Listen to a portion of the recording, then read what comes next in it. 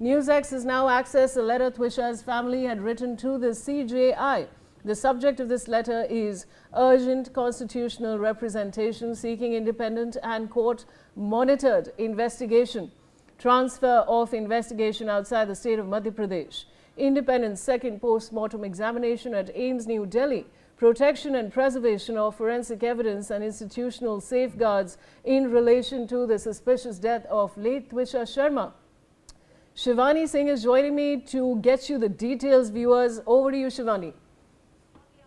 So as you can see that this is a 20-page letter that the family of Trisha has written to the Chief Justice of India, Surya Kant, and the subject matter actually states that they want urgent constitutional representation seeking independent and court-monitored investigation into this case. They also seek a transfer of investigation outside the state of Madhya Pradesh because there are various allegations that in fact the family is stating regarding the entire investigation of this case. Also, they seek an independent second post-mortem examination at AIIMS New Delhi. They seek the protection and preservation of forensic evidence and also institutional safeguards in relation to the suspicious death of their daughter. Let me get you some of, in fact, the important points in this 20-page letter. Firstly, they have stated that the accused persons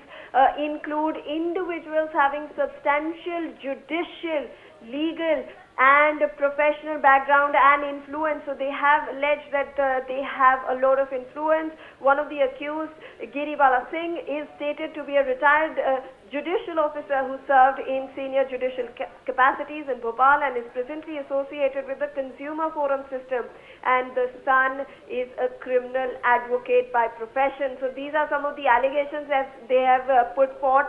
In fact, in the letter they have also stated that they need another post-mortem done at AIIMS New Delhi, and they have also stated that we are submitting that the grieving family has developed serious apprehensions regarding possible institutional influence and interference in the investigative process arising from circumstances connected with certain highly influential persons associated with the accused. Now, in this regard, the family has, in fact, respectfully sought that the role, conduct, and possible involvement of influence, if any, should be seen and independently examined by a competent and neutral authority. So they are seeking a neutral authorities to look into this case as well, apart from the other allegations that have come to the fore. They are also saying that these are some of the allegations regarding the post-mortem, that the family was informed by the concerned head or in charge of the mortuary that the temperature conditions of preservation were subsequently altered